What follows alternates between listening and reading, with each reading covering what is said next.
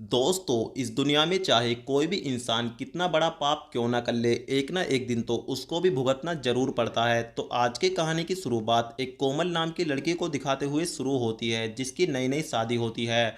और कोमल एक अच्छे संस्कार वाली लड़की होती है और आज कोमल का रसोई घर में पहला दिन होता है। तो ये अपनी नई फैमिली के लिए, इनके लिए चाय बनाकर लेकर आती है। लेकिन यहाँ पर कोमल एक बहुत बड़ी गलती कर देती है। दरअसल कोमल बिना घूंघट करे ही अपनी नई फैमिली के सामने प्रेजेंट हो जाती है और इसको इस रूप में देखकर फैमिली के सभी लोग भड़क जाते हैं, क्योंकि दोस्तों इस फैमिली के अंदर घूंघट और मान मर्यादा को लेकर कानून काफी सख्त हैं।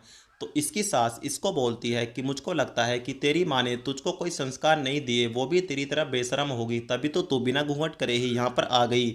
तो मैं खड़ा खड़े मेरे मुंह का देख रही है, जल्दी से पहले अपना घूंघट कर ले। अब कोमल घूंघट कर लेती है, लेकिन इसने गलती करी है तो इसको सजा भी जरूर मिलेगी। उसके बाद इसकी सास इसके हाथ पर गर्म चाय गिर देती है और इसका हाथ जल जाता है और इसका पति कुछ नहीं बोलता, वो सामने गुमसुम बैठा हुआ होता है। उसके बाद इसका पति बोलता है कि तुम जितनी जल्दी इस घर के नियम कानून समझ जाओगी, तुम्हारे लिए उतना ही अच्छा होगा। अब इसी फैमिली में एक जानवी नाम की लड़की भी होती है, जो कोमल की नंद होती है। और जानवी का बाहर एक लड़के के साथ अफेयर चल रहा है, जिसका नाम शुभम होता है। और जानवी रोजाना शुभम से चोरी छुपे मिलती है। फिर एक दिन दोस्तों इसके माँ बाप को जानवी का वीडियो मिल जाता है, जिसके अंदर जानवी और शुभम एक दूसरे के साथ रोमांस कर रहे थे। इस वीडियो को देखकर इसकी माँ और इसके बाप आग बबूला हो जाते हैं और ये अपनी बेटी को टॉर्चर करना शुरू कर देते हैं और इसको बोलते हैं कि आज के बाद तू इस घर से बाहर कभी नहीं निकलेगी। उसके बाद दोस्तों इसके माँ बाप जानवी को एक कमरे में बंद कर देते हैं, ताकि ये दोबारा शुभम से ना मिल सके। और इधर शुभम भी जानवी से मिलने के लिए काफी बेताब होता है, लेकिन इसको पता है कि अगर ये जानवी से मिलने के लिए इसके घर पर गया तो इसका हिटलर बाप इसकी एक नहीं सुनेगा और तुरंत इसमें गोली मार देगा। तो शुभम का दोस्त इसको बताता है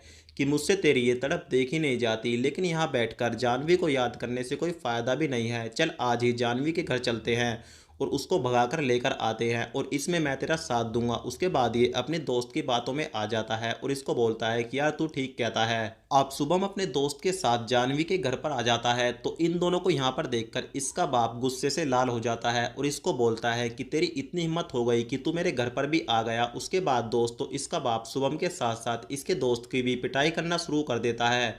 तो यहाँ पर जानवी आ जाती है और अपने बाप को रोकने की कोशिश करती है और बोलती है कि इसको मारने से क्या फ़ायदा, मैं इससे प्यार करती हूँ और इससे ही शादी करूंगी। उसके बाद दोस्तों इसका हरामी बाप जानवी की भी पिटाई करना शुरू कर देता है। आप शुभम बोलता है कि जानवी को पाने के लिए चाहे मुझे इस घर में एक दो खून क्यों ना करना पड़े, मैं वो भी कर दूंगा। हालांकि ये गुस्से में बोलता है, क्योंकि शुभम के अंदर इतनी हिम्मत नहीं होती कि ये किसी का कत्ल कर सके। और दोस्तों यहाँ पर फिलहाल तो ये धमकी देकर चला जाता है। आप इसी मौके का फायदा शुभम का दोस्त उठा लेता है। दरअसल जब एक दिन जानवी अपने भाभी के साथ मार्केट गई थी, तो उसी दिन दोस्तों शुभम का दोस्त भी जानवी के घर पर आ जाता है और इसके माँ बाप की हत्या कर देता है। और मार्केट से घर लौटने के बाद जैसे जानवी अपने माँ बाप की लाश को देखती है तो ये जोर जोर से रोने लगती है। तो उसी दिन दोस्तों कोमल का पति भी घर पर आ जाता है और अपने माँ बाप की लाश को देखकर ये भी अपने गुस्से पर कंट्रोल नहीं कर पाता और कोमल से पूछता है कि ये सब कुछ किसने किया। तो कोमल बताती है कि माँ और बाबूजी की हत्या उस शुभम ने ही की है, क्योंकि वो पहले ही जान से मारने की धमकी देकर गया था।